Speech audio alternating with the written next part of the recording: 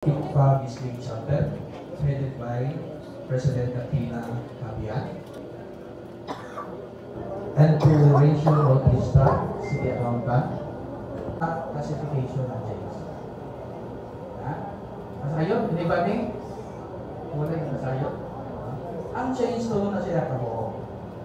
Natural change, intentional change, and incidental change. AIP. In the first place, you are the one paying taxes, so therefore, budget is to make them among stakeholders. And we are always very happy for the support that you afforded to us in the BIR. Sarado. Grabe kami ni atong malao.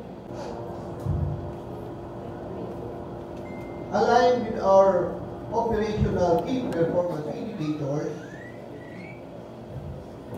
RR17 Butuan City has two major key strategies for implementation this year.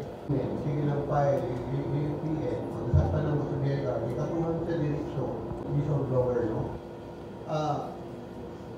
Dili mo kita gusto na kanyang mga taxpaying public, the same group of taxpayers are carrying the same burden. Taxation is a burden, no? Kung punta na, kung tayo mga taxpayers niya na wala na bayad, at